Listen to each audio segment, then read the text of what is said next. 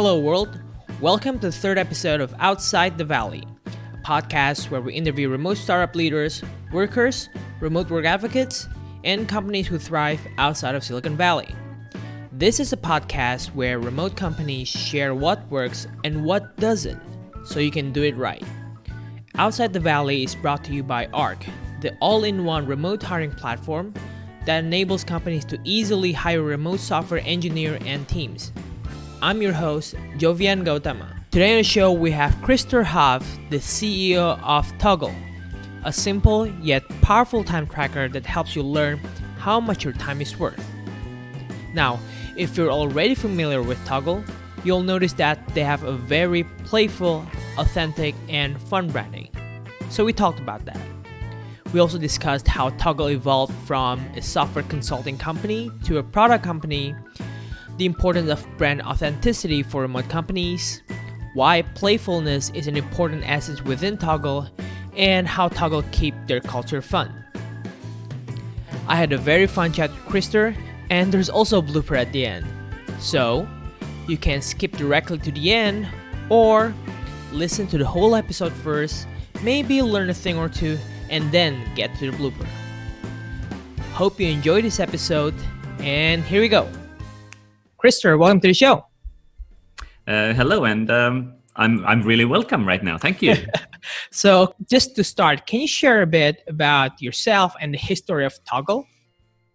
Okay.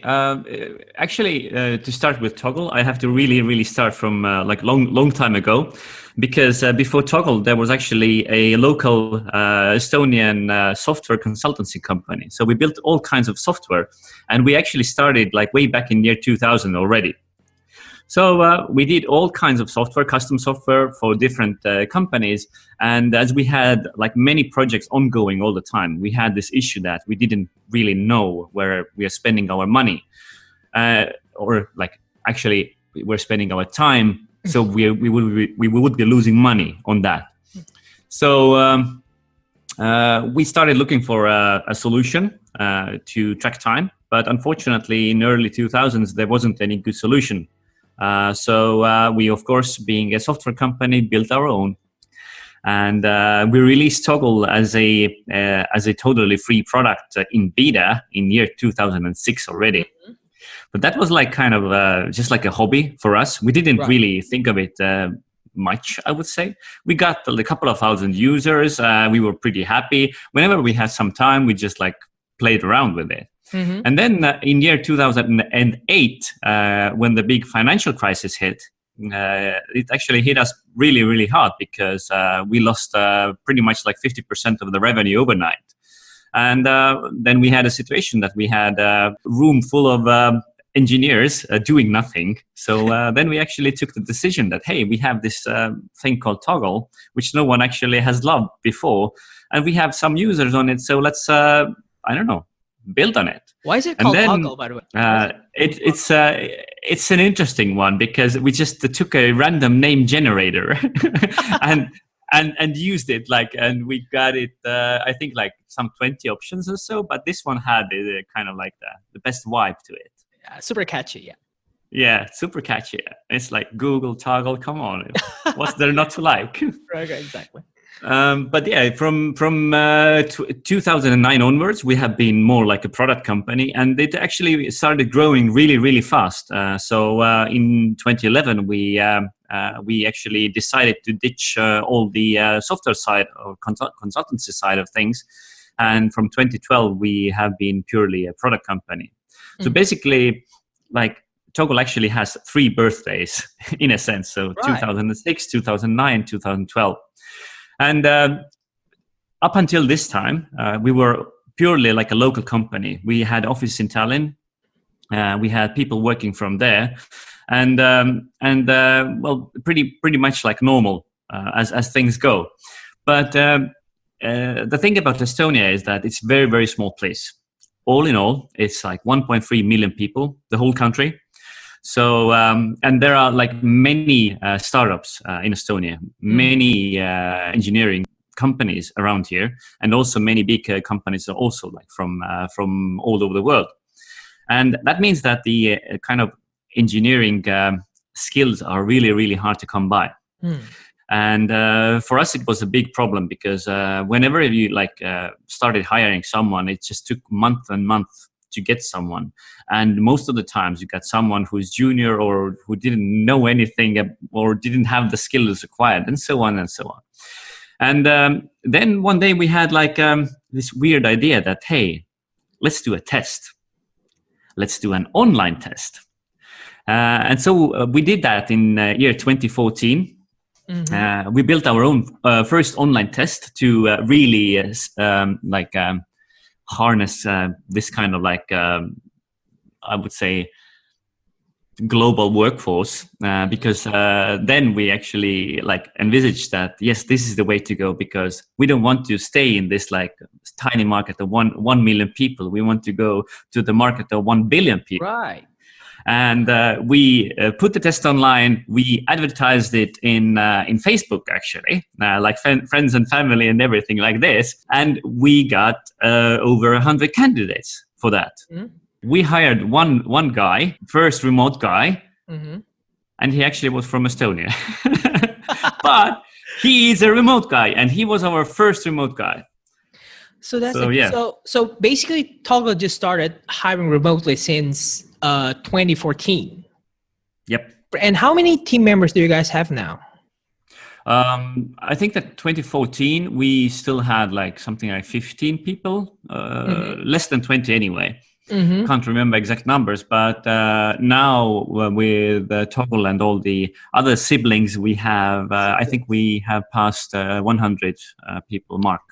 Wow. And how many team members are working on Toggl? I think the latest count is 77. Yes. So for the listeners here, if you don't know already, so Toggl actually has sister companies, quote unquote, which called 105 and Team Week, which we will probably touch a little bit more later on. Krister, kind of want to continue the conversation about the Toggl brand. Okay, if I go to your blog and to your author page, blog.toggl.com/author/Krister Have, there's your face here, and it said Krister has no programming background whatsoever, which is why he's so good at bossing the rest of us around. So this is a really funny, and especially since you are the CEO, and it's interesting because that's why I think Toggl is a fun brand, really. And a startup brand usually reflect the personality of the founder or co-founder, and you were the co-founder and you were the product lead, right? And I would assume that the current Toggl brand is the extension of your personality. Is this true or not? To an extent, yes, because I'm not the only one. But basically, right. We are just two of us, two of the co-founders have been going for it for a long time. But I would say that it's still the kind of the brand image. Right. It kind of reflects what we do, because it's actually true, because I have never done any programming in my life right. for my living, because yes, I know how to write programs and stuff, but I really suck at it, so I don't do that for a living. You just boss people around. Please. Yeah, I do boss people around. Yeah, because that's what I'm really good at. Right. But to be on the kind of a more serious side, then I would say that currently the Toggl brand does reflect on our personality as well, because I refuse to take life too seriously. That's a because great it's hard enough. Because it's hard enough. So I would say that yes, there is still some playfulness within the brand as well. If you check our latest marketing stuff, we have the Mr. Toggl, who is jumping around and doing weird stuff. So I'd actually say that since Toggl has this playfulness and fun in the culture, do you take this into consideration when you're hiring for culture fit for engineers, marketers, and so on?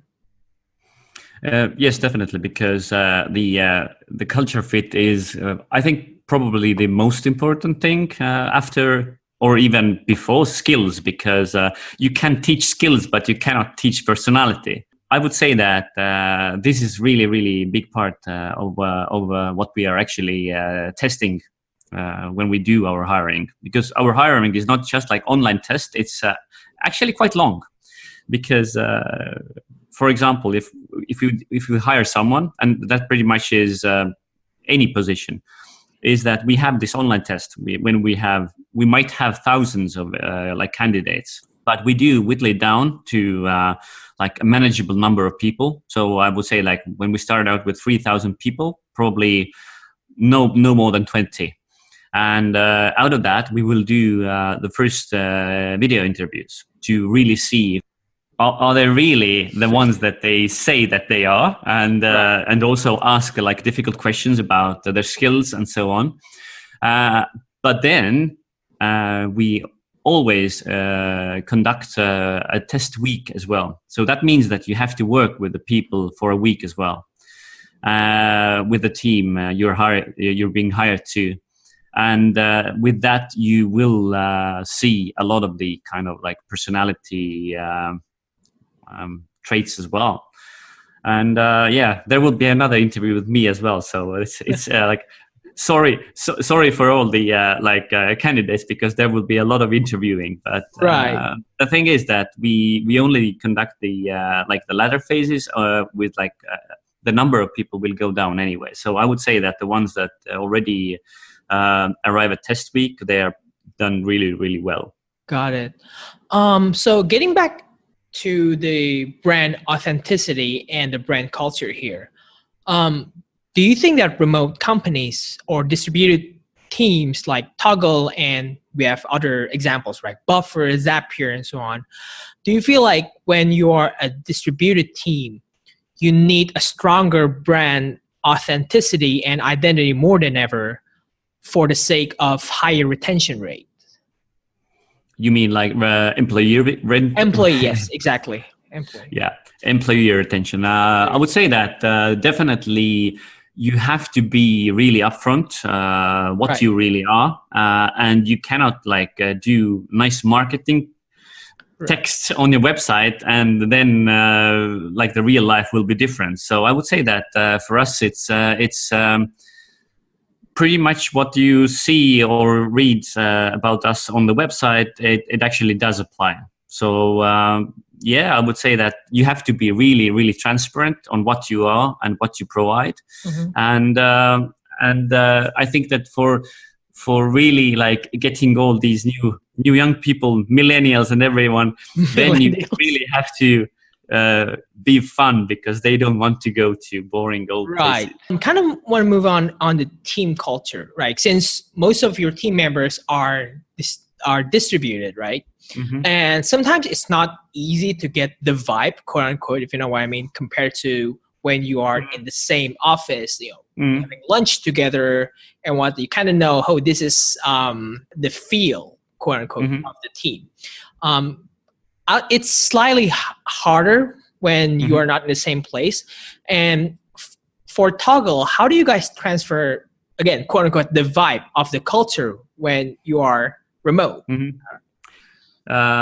Very valid question. And I think this is kind of like really going now into this kind of essence of being a remote company, because for us, yes, we are a remote company. We all work from our homes or co-working spaces or wherever, because I'm in my kitchen right now.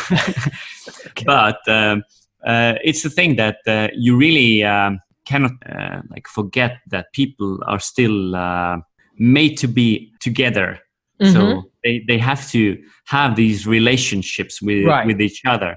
And for that, we actually, what we have done and how we, I think, have overcome this problem is that we are actually meeting our team face to face, because there are two company-wide meetings each year.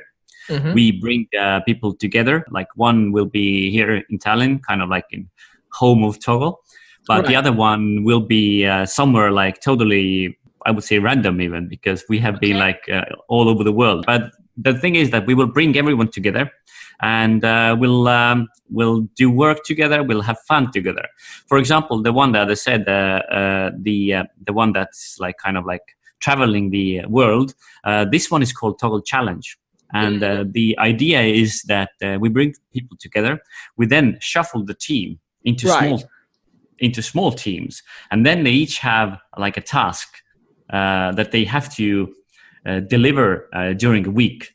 And that means that you have to have like really like you have to collaborate with people, and most probably these are the ones that you actually are not doing every day. So that means that you might have like a CEO working with the accountant and the designer, and they have to do a Toggl product or hiring video, for example. Or this year, for example, we did Instagram ads, like the whole company just did that. The whole company just Instagram ads.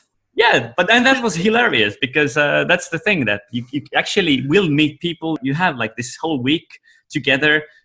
You have to really like put your effort into that and do something cool and crazy and whatnot. Right. So there's the accounting team will help the developers and designers do Instagram ads. Like on the one accountant. One accountant. And one yeah, accountant. Yeah. Okay. Yeah, exactly. It's like persons, like right. Like. That's the thing that this is the thing that we take everyone out of their comfort zone. And basically, they will just have to do stuff that they don't normally do. Mm-hmm. So the designer might do something like on Instagram videos, but probably they don't shoot them. So then right now they just use their phones and went all over the place and did some clips here and there. Right. And that's how it works. You have to work together. And that means that we have a whole week for people to really know each other and have fun, have, as you said, we'll have lunches together, we will have a party together, we'll have a dinner together and everything like this. Right. So the main thing is that it's really, really important to start relationships in person, like face to face, like in person, really, because that way it's really easy also to carry it on remotely, because you know the people behind the screen, you know them, you know their jokes, you know what food they like, and how fun it is to I don't know, run up and down the hills in Lisbon, for example, trying to get this perfect shot. So this is the kind of like main thing for me, at least, and for Toggl in general, because we bring people together so that they will refresh their relationships, and that means that it's a lot easier for them to continue working remotely. Mm-hmm. So Toggl has this startup unicorn game.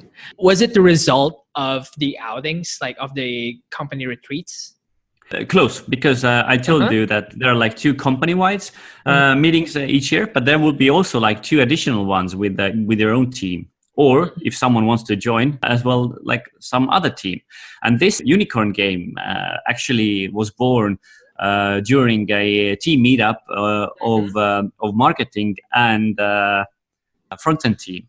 Right. So they sat down together, did a lot of like copywriting and nice design work. I like the 8-bit style. Yeah. And also the music. There's one front-end guy actually did all the nice Atari style music and everything. Yeah. So for listeners, if you're not familiar with a Toggl startup unicorn game, just Google it. It's a very, very fun game, especially if you're deep into the tech world. I lost so much productivity in the office when it was launched. My high score is like 619 million. Try to beat that. So the goal is to get like 1 billion. I can tell you I haven't reached that yet. Yeah, but I really like it. Like the jokes, everything is on point. Getting back to the collaboration part of this game itself, because you mentioned it happened when the front end team met up with the marketing team, right? But it's still like something that happens when you meet in person.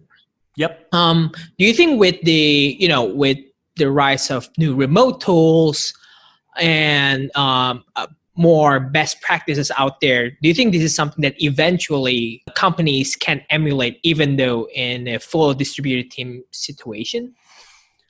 I would say that I don't know about these kind of things because they probably needed a lot of beers and True. like obscene amount of laughing as well. But I don't know how much you can do that over the video. Yeah, But I would say that, exactly. for example, our like product development only happens over the video. Mm-hmm. So yes, the like kind of like day-to-day work definitely can be done. I would say Right. that fun stuff maybe it's better to do in person because it's more fun that Right. way. Exactly. Especially if you're laughing, right? Sometimes, Yep. sorry, I didn't get the joke. Can you repeat it again? Then it's not funny. Yeah. Yeah. Starting from now, I kind of like want to move on team management and meetings. Hmm. Let's start with the onboarding process first. Hmm. This is your first article. You mentioned that for new team members, you will fly them to Estonia Hmm. and work together with the team for 2 weeks, I think. Hmm. Are you still doing that now? Week or two. A week or two. Well, yeah. The thing is that we really haven't done it anymore because even the Estonian team is now remote. So it's no use of like flying someone in Right. to Tallinn when there's no one to meet them. But yeah, we do this still from time to time. When we get a batch of people, then we do bring them in, and then we also make an effort and go see them and work with them and so on. Mm-hmm. But I would say that when you are like I would say that it would be really great Mm-hmm. to bring them in still because it really helps when you get this kind of like face-to-face contact on your first weeks. But as I said, that since right now we do have Tallinn office, but maybe in the near future we don't have it in anymore, so we will be fully remote. Right. We don't have anything at Mm-hmm. all. That means that we probably have to find some other way to do things. Right. But I would say that even when people join, it actually isn't too like long until they will get to meet their own team or even the whole company in person. So we'll try to manage. But I would say that for the people we have done this in the past, so that we brought them in like right after they joined, it did help. Kind of want to move on meetings. So, like back in 2006, oh my God, September 25, 2006, you wrote a blog post about Lovely. 5 ways to have killer meetings. If you wrote this last week and you posted it like yesterday, it is still very relevant, which means people aren't getting better at meetings. Nope. Why do you think that is? I don't really know why that is, but I would say that this is kind of like the biggest issue by far for people, because it's so easy to actually waste the time in a meeting. I've seen it in the past as well, because as I said, we were like working as a software consultancy company, and that meant that we had awful lot of meetings with all the clients and everything. Right. And sometimes you wish that you were back in like in the office and doing the actual work and not sitting there, because it's like totally pointless sitting there and listening to some rambling for 2 hours. But the thing is that the kind of like things that you mentioned from the article, they are still valid, because you still have to have an agenda. You still Right. have to have some kind of a written summary to it, and you still have to have some kind of conclusion to the meeting as well. And I would say that if you go remote, the kind of like doing this kind of killer meeting, as you said, they will be even more important, because on call, Right. while they can be doing work or doing something more fun, because with remote teams there's a big thing that you really have to keep in mind: the time zones. Right. because Toggl actually spans the whole globe. We have people from Australia, I don't know, Malaysia, India, Africa, Eastern Europe, Western Europe, Brazil, East Coast US, West Coast US. I think we had someone in Hawaii. So that's the thing, that we span all the kind of like time zones. And that means that if you want to have like these really good meetings, then you have to be on point, you have to time limit them, and you have to have really clear agenda, what you do, and you really have to put the effort into that. And I would say that one of the things that I'm really strong advocate of is that I still do believe in video calls. If you want to do a meeting, do a video call, because that way you still can see people, and that will help tremendously to get the message across. Do you guys have some kind of like set meeting guidelines? Not really, because we do have some rules and some I would say pointers, but they are not global. They're not Toggl specific, but they're team specific, because each team has still like the freedom to find a way that works the best for them. Okay. Oh, will the team lead set these rules for their own team? Yep. Like how do Okay. Yep. That's interesting. In your opinion, what is the most important principle when you run meetings? Like Number one, be on time. That makes sense. That makes really makes sense. And second one is actually also that it's actually necessary to have an agenda. And it would be good if you also have this kind of like a question or a thing that needs to be answered. So basically the outcome, you define what you want to get out of this meeting in the end. And that way you can do quite effective meetings or efficient. Exactly. So I do think when you are a distributed team, just like you mentioned, right, you guys have different team members spanning across different time zones. And when the culture is set, you will be more appreciative towards the other team members' time. And then you'll be on time. And then you have to prepare, okay, I don't want to spend his or her time. It's pretty late their time or something like that. Yeah, exactly. So it might be that people from Far East, they might have like, for them, it's like already like 9 o'clock in the evening. Right. And someone from California, it might be 6 a.m. for them. So it's like, you have to really like be on point and try to get through it as efficiently as possible. Right. So I'm going to want to move on to the topic of hiring. Remote jobs are really popular nowadays because of the flexibility they offer. And most of the remote company has a great team culture and they really appreciate your time, just like Toggl did. But also it comes with the risk of you having like thousands of applicants who are probably not that qualified. Just because they can. This sounds bad, but because they can. If I'm based in Taipei, Taiwan now, I can definitely apply for a remote companies based in New York or San Francisco and so on. So there's this increase in noise in terms of application. And you did mention that you create this tool, right? You create this online tool to do this filtering, which is, as far as I know, it's called, now it's its own company, 105. Can you share a bit more about that? And then when did you guys decide, okay, this product needs to be its own company?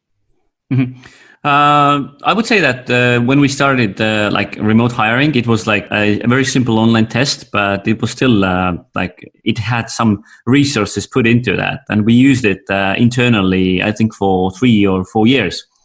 And you know, the thing about the internal projects is that they never get resources that are necessary for them to really be developed. And since we saw that the whole hiring world as it is right now, with the HR departments and like shifting through the CVs and everything like this is actually horribly broken. As you said, there are like I don't know, hundreds, thousands of people who would apply to your job, and how do you actually go through it with like traditional means?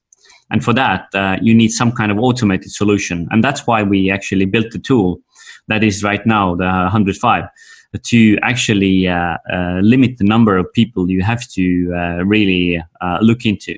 And that means that we do the test. It has to be sufficiently hard so that only, I don't know, 5%, 3% of people will pass. And we only deal with these 3% of people, so that we know that these are not like skill-wise. Right. They are not these kind of like what you said, the ones that taking up space or taking up time. So I would say that that really works. The other part of your question was that when we or why we got the idea that we have to like really like build a new product. I told you that because internal projects never get the resources. Right. Yeah, but it works like this because what we did is that we took the decision that yes, we do want to improve this tool further, but that means that it has to have its own focus. It has to have its own team behind it, in a sense, because for me, for example, I cannot do that. Because I'm like full on like working for Toggl. I have to make sure that Toggl is up to scratch and does whatever it does. So the product team also works for Toggl. They don't actually have resources, or they don't have time to actually think about the 105 situation. So that means that what we did, that we actually created another company, and they have the same things. Basically, all the product related stuff is separate from Toggl. Right. So that means that both the product teams are different, development teams are different, and also the management teams are different.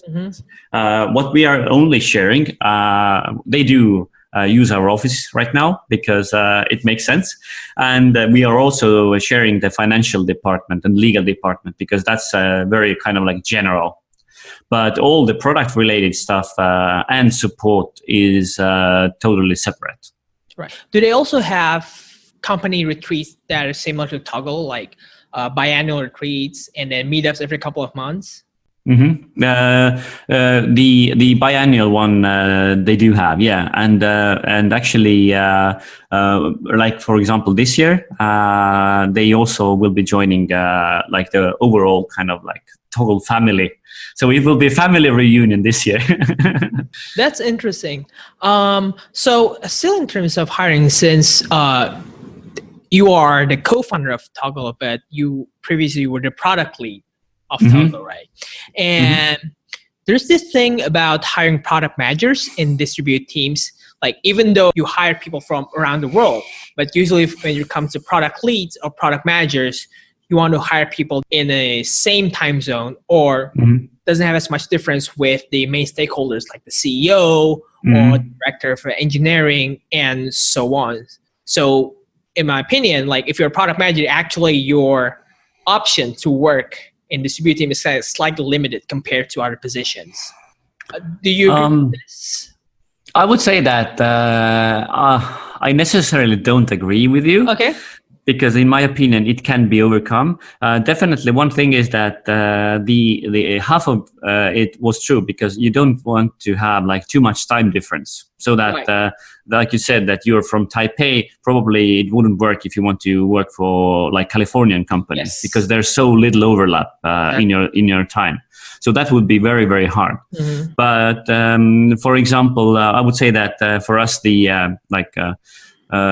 new product lead is actually also from Estonia, but it's just like it was because he was promoted from within.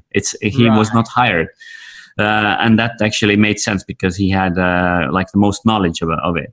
But for example, on team leads, because arguably team leads are as important because these are the ones that I'm actually like doing my work. Basically, they are my team. They can be from anywhere. For example, our front-end team lead is from Brazil. And that means that there's like, I don't know what, 6 hour time difference with me. Probably. And it works. Yeah. Okay. Yeah, it so, works. So an interesting, when you mentioned that the current new product lead is like promote from within. So I saw an article back there, I think from Nick Francis from Help Scout. He actually mentioned that when you are a remote first company, when you're a distributed company, it's actually really hard to hire for potentials. You're usually out there looking for the people who kind of already good at what they're doing. Yes, skills. They have to have skills. Yeah. Yeah. Do you agree with this? Yes and no, because one thing is that we definitely need to have a skill set right away. Because otherwise it doesn't make sense to hire them. Yeah, definitely. But the second part is also important, and that will be the kind of like team cohesion part, also the team culture. So culture fit, as you said before. So this one is actually very, very important, and for us it also means that we always look for people who are willing to evolve as well. Right. So they are actually willing to take on more responsibilities, take on initiatives, and maybe like pivot their career. That has happened as well. Right. Yeah. So yeah, that's interesting because I think there are some scenarios if you are even though you're a very smart person with potentials, but you are just out of college, for example. It's really hard for you to get a job remote companies unless you have like several years working in like normal companies first. You kind of know what you're doing and then get hired by remote companies.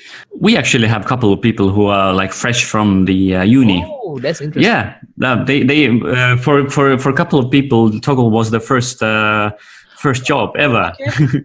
But the thing is that it's not only like the actual like working or actual jobs, but it's also what you have done in the past. So these people have been mostly programmers, of course, but they have been active in the past as well and done some kind of like open source stuff or side projects or doing their own kind of built their own game or something like that. So they know actually what they're doing. Okay. Yes, they didn't learn a living with it, but they did things.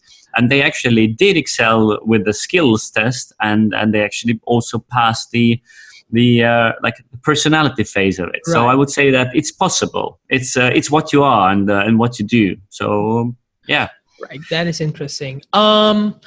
So in this couple of years, right, we've seen the rise of remote work. For Toggl itself, since your product is basically one of the most prominent remote tools out there, especially if you're a freelancer, right? Remote developers want to track your time. And again, if you're a freelance developer, you want to log out for your client, then you'll use Toggl. You see a rise of new users in this couple of years since remote was getting more and more popular? I would say that it's not even like remote work as such, but the way people work is changing overall. Because one thing is that the thing that everyone wants to like really focus on is a remote work, but you can't actually say that this is the only reason, because what we're also seeing that a lot of people are self-employed now, because they do want to control their own time, and that means that they're actually acting like small companies on themselves, you know.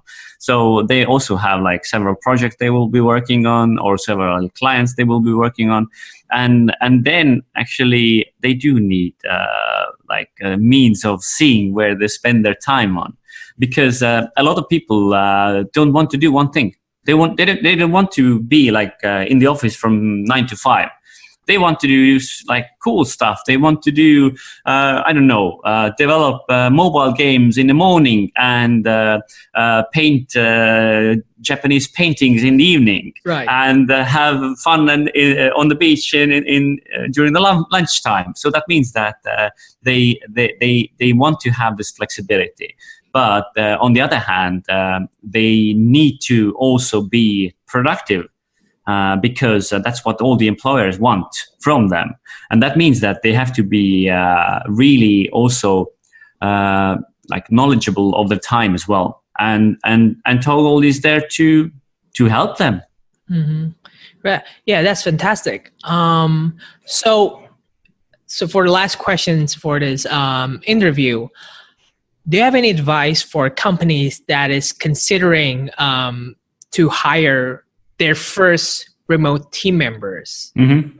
It's and this is probably like a bit controversial now, but I would say that if you want to go remote, you have to take the plunge. So you cannot like dabble into like being slightly remote, because the worst thing that you will do is that you have someone like working together in the office and then one person working somewhere else, because that means that you will still have like a lot of communication happening within the office, informal one or even formal one, and that means that the person being remote is not part of the company in a sense. Right. And that means that it's kind of a thing that you cannot be like slightly pregnant. You either are or you are not. And the same goes with remote. You are a remote company or you aren't a remote company. And that means that you always have to treat everyone remote as well, remote or in the office, pretty much the same. For example, when we had like video calls, most of the time, even when people were in the office, they went to separate rooms and had their own like video screen out, because that means that they will be also kind of like acting remotely for others, and that means that everyone is in the same footing, and that means that you can actually employ all these remote work principles. So have video calls, write summaries, and never discuss stuff like either like in person or somewhere like behind the scenes. So it has to be kind of public all the time. No, not everyone has to like join your meetings, but at least there has to be summary that you will publish then, and people who need to know about that, they will get information, and that's how it should be. Right. Fantastic. So Krister, thank you so much for your time. I learned a lot from this interview, and hopefully the listeners also learn new things on how to manage remote teams. And again, like you mentioned, how to hire your first remote team members. Mm-hmm. Yeah, it's. I would say that it's not going to be easy for people who are like having established companies and only now starting to go into all this remote or distributed team thing. But from my experience, I would say this is like a lot of fun. For you guys who are not familiar with Toggl, check it out. It's toggl.com. And if you like it, say hi to Krister, probably via email or something like that. Anyways, right. Cool. Thank you so much, Krister. Thank you, and have all the best. Bye-bye.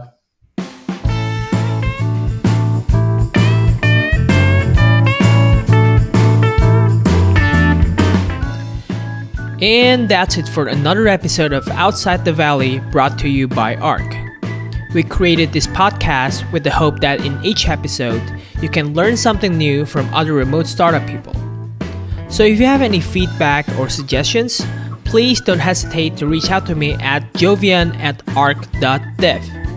It's jovian@arc.dev. Or you can find us on Twitter at arc.dev. See you next week with another episode of Outside the Valley, and ciao.